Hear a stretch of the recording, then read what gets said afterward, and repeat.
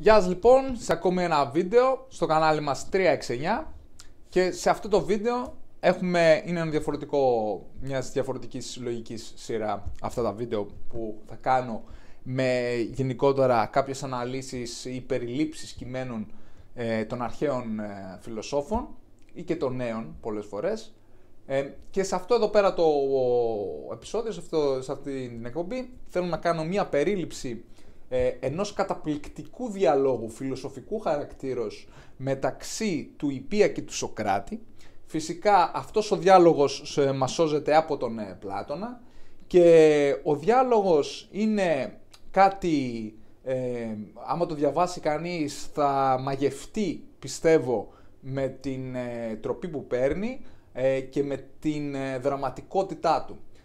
Θα προσπαθήσω να κάνω αυτή την περίληψη δίνοντας και έτσι μια δραματική κατάσταση για το πώς μιλούσε ο Σωκράτης και πώς μιλούσε ο Ιππίας και με το πώς αντιλαμβανόταν ο καθένας από τους δύο και από τον τρόπο ομιλίας του φυσικά την θέση του και τα πιστεύω του σε αυτή την κατάσταση την οποία περιγράψαμε πριν. Τον Σωκράτη. Και αρχίζει και μιλάει ο Ιππίας περιαυτολογώντας για τον εαυτό του, για το πόσο πλούσιος είναι, για το πόσα λεφτά έχει βγάλει με τη ρητορική του και με αυτά που λέει, για το πόσο πολύ τον πληρώνουν οι άνθρωποι για να τον ακούνε και για να λέει, ας το πούμε, αυτά που τους λέει. Ο Σωκράτης βέβαια πάντα όταν μιλάει και απαντάει στον Ιππία έχει μια συγκεκριμένη ρητορική. Πάντα τον εκθιάζει στην αρχή. Δεν μιλάει ποτέ αρνητικά για τον Ιππία όταν μιλάει, όπως γενικά με κανέναν ο Σωκράτης. Άσχετα άμα έχει την πιο καυστική ρητορική, δεν επιτίθεται με τα λόγια, αντιθέτως ίσως δημιουργεί μια ρητορική περιπεξίματος με τον συνομιλητή του. Λοιπόν, αρχίζει όπως είπαμε ο Ιππίας να περιαυτολογεί και να λέει για το πόσο πολλά λεφτά έχει βγάλει και γυρνάει και τον λέει κάποια στιγμή τον Σωκράτη ότι ξέρεις κάτι, μόνο σε μια περιοχή λέει δεν μπορώ να βγάλω, λέει, πολλά λεφτά. Σε ποια περιοχή τον λέει ο Σωκράτης? Λέει στους Λακεδαιμονίους. Δεν μπορώ, λέει, καθόλου να βγάλω λεφτά στους Λακεδαιμονίους, γιατί λέει αυτοί οι Λακεδαιμόνοι έχουν, λέει, κάτι περίεργους νόμους, λέει, που τους απαγορεύει, λέει, να δίνουν λεφτά, λέει, σε ρήτορες. Και έτσι λέει δεν μπορώ, λέει, να τους δώσω, να βγάλω λεφτά από αυτούς. Μα λέει γιατί συμβαίνει αυτό, λέει, θαρρείς, λέει, πως ο πατέρας, λέει, του Λακεδαίμονα, λέει, παιδιού, λέει, δεν θέλει το καλό του γιού του γι' αυτόν? Λέει όχι, λέει, δεν νομίζω πως ισχύει αυτό. Λέει θαρρείς δηλαδή πως ο πατέρας του αλληνού παιδιού που ήταν από την άλλη περιοχή ήξερε περισσότερο το καλό του γιού του παρά από αυτού του Λακεδαιμονίου. Και δημιουργείται έτσι μια αντίφαση στο μυαλό του Ιππία με αυτήν τη ρητορική την οποία τον οθεί πρακτικά ο Σωκράτης για να τον φέρει στην πραγματικότητα. Και συνεχίζει ο Σωκράτης θέλοντας να τον φέρει στην πραγματικότητα και του λέει κοίταξε να δεις, λέει, Ιππία, εσύ, λέει, είσαι πολύ σοφός, λέει, είσαι πάνσοφος, αλλά εγώ, λέει, ο χαζός έχω ένα, λέει, πρόβλημα. Ένας χωριάτης, λέει, από εκεί που είμαι, πολύ, λέει, άξεστος και δεν ξέρει πολλά πράγματα και αμόρφωτος, λέει, αυτός, λέει, ο χωριάτης, λέει, με περιπέζει συνέχεια, γελάει μαζί μου γιατί, λέει, δεν του απαντάω, λέει, σωστά σε αυτά που με ρωτάει. Και το λέει ο Ιππίας και τι είναι αυτό, λέει, που δεν μπορείς να απαντήσεις, λέει, σε αυτό το χωριάτη, λέει, σωστά? Λέει, με ρώτησε, λέει, να του εξηγήσω τι είναι το όμορφο.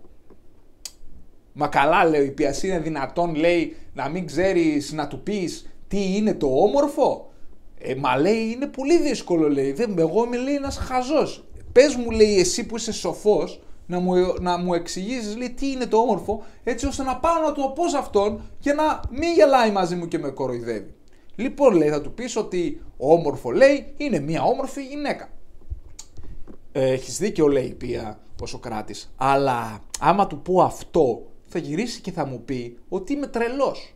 Μα γιατί, λέει, θα γυρίσει και θα το πει η Σωκράτη αυτό? Γιατί θα μου γυρίσει και θα μου πει ότι όμορφο είναι και μια φοράδα. Έχει, λέει, μια φοράδα στο στάβλο του που είναι πάρα πολύ όμορφη. Άρα με αυτόν τον τρόπο θα μου δώσει να καταλάβω ότι η φοράδα είναι εξίσου όμορφη με τη γυναίκα. Άρα, με αυτόν τον τρόπο θα μου γυρίσει και θα μου πει ότι έχω μια φοράδα στο στάβλο που είναι πολύ όμορφη. Και δίκιο έχει, θα σου πει ο Ιππίας, γιατί και εγώ κατάγομαι, λέει, από μια περιοχή που έχουμε πολύ όμορφα άλογα. Λέει, ναι, σαφώς, λέει. Αλλά άμα βάλεις, λέει, δίπλα, λέει, θα μου πει, άμα βάλεις δίπλα τη φοράδα στη γυναίκα, η φοράδα πάβει να είναι όμορφη. Λέει ο Ιππίας, ναι, έχεις δίκιο σε αυτό. Λέει, και άλλα πράγματα, λέει, είναι όμορφα, όπως μια λύρα ή μια χύτρα. Και ειδικά, λέει ο Σωκράτης, άμα τα φτιάξεις με πολύ καλή, με τεχνικό τρόπο, θα είναι πολύ όμορφα, έτσι δεν είναι? Τον λέει η Ιππία. Λέει ο Ιππίας, ναι, σαφώς, λέει, θα είναι πολύ όμορφα. Λέει, αλλά άμα βάλω, λέει, δίπλα πρακτικά, λέει, τη λύρα στη χύτρα ή τη χύτρα στην κοπέλα ή και στη φοράδα, λέει, σταματάει το ένα μετά άλλο να είναι όμορφα. Δηλαδή η χύτρα σταματάει να είναι όμορφη σε σύγκριση με τη φοράδα και η φοράδα σταματάει να είναι όμορφη σε σύγκριση με την κοπέλα. Και λέει, και συνεχίζοντας, άμα τοποθετήσουμε, λέει, και την κοπέλα δίπλα στους θεούς, και η κοπέλα, λέει, και η γυναίκα, λέει, σταματάει να είναι όμορφη. Έχω δίκιο, λέει, σε αυτό? Λέει, έχεις δίκιο, Ιππίας, λέει, γιατί αλλιώς θα ήταν ασέβεια, λέει, προς τους θεούς να θεωρήσουμε ότι μια γυναίκα είναι πιο όμορφη από τους θεούς. Ναι, σαφώς, έχω δίκιο. Αλλά, λέει, ακόμα δεν μπορούμε, λέει, να απαντήσουμε σε αυτό τον άξιο το χωριάτι, η Ιππία, λέει. Ακόμα δεν έχουμε βρει την απάντηση. Λοιπόν, λέει ο Ιππίας, κοίταξε να δεις. Εσύ, λέει, πρέπει να του πεις κάποια πράγματα, όπως ότι ο Χρυσός είναι όμορφος και έτσι θα σταματήσει να ασχολείται με σένα. Μα η Ιππία το λέει, έχεις δίκιο σε αυτό που λες, αλλά άμα του λέει το πω αυτό το πράγμα, θα αρχίσει και να με πάρει στο ψηλό και θα με κοροδεύει εκεί αυτός και οι υπόλοιποι, λέει, που θα το ακούσουν. Μα πώς είναι δυνατόν, λέει, ρε Σωκράτη, αυτό? Μα κοίταξε να δεις, ρε Ιππία, λέει. Πριν, λέει, μιλήσαμε για μια χύτρα, λέει, που είναι πολύ όμορφη και μπορεί να κάνει το πιο πεντανόστιμο, λέει, φαγητό που υπάρχει. Καθώς, λέει, θα βράζουμε εμείς, λέει, το χυλό, λέει, στη σούπα. Άμα, λέει, η κουτάλα μας, λέει, εμάς του χυλού είναι πρακτικά από χρυσάφι, υπάρχουν, λέει, πολλοί κίνδυνοι. Πρώτον, υπάρχουν κάποια προβλήματα. Πρώτον, μπορεί και να μας πέσει χύτρα, αλλά και συνήθως επειδή χρησιμοποιούμε κουτάλες οι οποίες είναι από ξύλο σικιάς, το ξύλο σικιάς δεν είναι μια περίεργη, μια πιο όμορφη νότα στη γεύση του φαγητού. Έτσι, με αυτόν τον τρόπο το φαγητό μας θα γίνει πιο γευστικό. Άρα δεν μπορεί να θεωρήσουμε ότι ο χρυσός είναι όμορφο άμα είναι σε μια κουτάλα. Έχεις δίκιο, το λέει ο Ιππίας, Σωκράτη. Αυτό είναι πολύ σωστό που λες, λέει, γιατί δεν χρησιμοποιούμε, λέει, πώς το λένε, χρυσό στις κουτάλες. Και επίσης τον αναφέρει ο Σωκράτης ότι θα ήταν και ασέβεια, ας το πούμε, να πούμε ότι το χρυσό είναι πάντα όμορφο, γιατί και ένας τεχνίτης που δεν βάζει χρυσό, που δεν χρησιμοποιεί χρυσό, δεν έχει όμορφη τεχνική, εάν θεωρήσουμε ότι το χρυσάφι είναι όμορφο. Σαφώς έχει δίκιο, απόλυτο δίκιο ο Ιππίας, και λέει, λοιπόν, θα σου πω, λέει, τι είναι όμορφο. Όμορφο είναι όταν οι απόγονοι, λέει, θάβουν τους προγόνους. Και αυτό είναι μια κατάσταση ομορφιάς. Και γυρνάει και τον λέει ο Σωκράτης.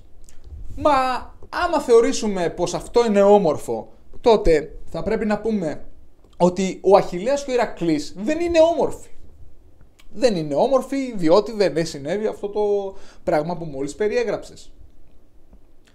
Μα θα τον πει και θα μιλήσει μετά ο Ιππίας και θα συνεχίσει και θα λέει ότι έχεις δίκιο πάλι με αυτό που λες, διότι σε κάποιες περιπτώσεις είναι όμορφο αυτό, κάποιες άλλες περιπτώσεις, λέει, δεν είναι όμορφο αυτό. Δηλαδή σε κάποιες περιπτώσεις ανθρώπους. Ναι, αλλά λέει ο Σωκράτης, το όμορφο εμείς δεν μπορούμε να θεωρήσουμε ότι σε κάποιες περιπτώσεις είναι όμορφο και σε κάποιες περιπτώσεις δεν είναι όμορφο. Το όμορφο, σου λέει, είναι όμορφο. Τέλος. Δεν υπάρχει άλλη λογική σε αυτό. Και στην αρχή κιόλας της συζήτησης ο Σωκράτης, τώρα που το θυμήθηκα κιόλας, λέει ότι πρέπει να θεωρήσουμε, λέει, ότι το αγαθό κάνει τα αγαθά αγαθά και η σοφία τους σοφούς σοφούς. Δηλαδή, οριοθετεί την κατάσταση του όμορφου, έτσι. Σου λέει και δεν ζητάει από τον Ιππία, γιατί ο Ιππίας μέχρι τώρα δεν του περιγράφει ποτέ τι είναι το όμορφο. Ο Ιππίας του περιγράφει πάντα τι είναι όμορφο. Και μέσα στο κείμενο υπάρχουν πολλές φορές που τον αναφέρει ο Σωκράτης, ρε εσύ, εγώ δεν σου λέω να μου πεις τι είναι όμορφο. Εγώ θέλω να μου πεις τι είναι το όμορφο. Η έννοια, το όμορφο. Δεν το καταλαβαίνει. Δηλαδή, ο Ιππίας δείχνει μια στιγμή, το απαντάει πολύ υποτιμητικά πολλές φορές. Και γι' αυτό το λόγο και επειδή του απαντάει, γιατί δεν μπορεί να το απαντήσει διαφορετικά. Δεν προσπαθεί να το παίξει έξυπνος πρακτικά και δεν μπορεί, δεν τα καταφέρνει. Συνεχίζει, ας το πούμε, συνεχίζεται η συζήτηση περί όμορφου και περί τέτοιου, αφού έχει συμφωνήσει και με αυτό ότι ούτε αυτό μπορεί να θεωρηθεί όμορφο, ότι δηλαδή οι απόγονοι θα θάβουν τους προγόνους πάντα, γιατί υπήρχαν περιπτώσεις όπως ο Αχιλλέας και ο Ηρακλής που δεν συνέβη αυτό, και προχωράει τη ζήτηση και του λέει, λοιπόν, άκου να δεις, λέει Σωκράτη, το όμορφο, λέει, είναι το ωφέλιμο. Μα το λέει ο Σωκράτης, μα καλά, το ωφέλιμο, λέει, είναι μια αιτία. Δεν μπορεί, λέει, το ωφέλιμο να είναι όμορφο, γιατί το ωφέλιμο, λέει, πρακτικά είναι μια ενέργεια. Είναι κάτι που γίνεται, ας το πούμε, και είναι ωφέλιμο. Πάλι θα έρθει και θα συνεχίσει και πάλι θα του λέει ο Ιππίας, ναι, όντως έχεις δίκαιο και αυτά, και δείχνει κιόλας ότι να μην μπορεί κιόλας να κατανοήσει και πάρα πολύ καλά τι θέλει να πει ο Σωκράτης, έτσι πως φαίνεται δηλαδή από το διάλογο, ας το πούμε, είτε να προσπαθεί να είναι σαν να πετάει δηλαδή σκέψεις που έχει, αλλά να μην μπορεί να τις οριοθετήσει τις σκέψεις του. Περνάει μετά ακόμα η κουβέντα, προχωράει η κουβέντα πάνω σε αυτό το τι είναι όμορφο, τι δεν είναι, και τι είναι το όμορφο βασικά, τι δεν είναι το όμορφο, και περνάει μετά ο Ιππίας και λέει, κοίταξε να δεις, λέει, το όμορφο είναι το ευχάριστο, λέει, που είναι το ευχάριστο, που μας ευχαριστεί στα μάτια, που μας ευχαριστεί στην ακόη, λέει, αυτό είναι το όμορφο. Και γυρνάει και πάλι τον λέει ο Σωκράτης, μα ρε Ιππία, πριν, λέει, είπαμε και συμφώνησες, λέει, με αυτό, ότι το ευχάριστο το προκαλεί ένα αίτιο. Ότι το ευχάριστο δηλαδή δεν είναι μια συνθήκη που υπάρχει όπως το όμορφο, αλλά είναι ένα πράγμα, αποτέλεσμα.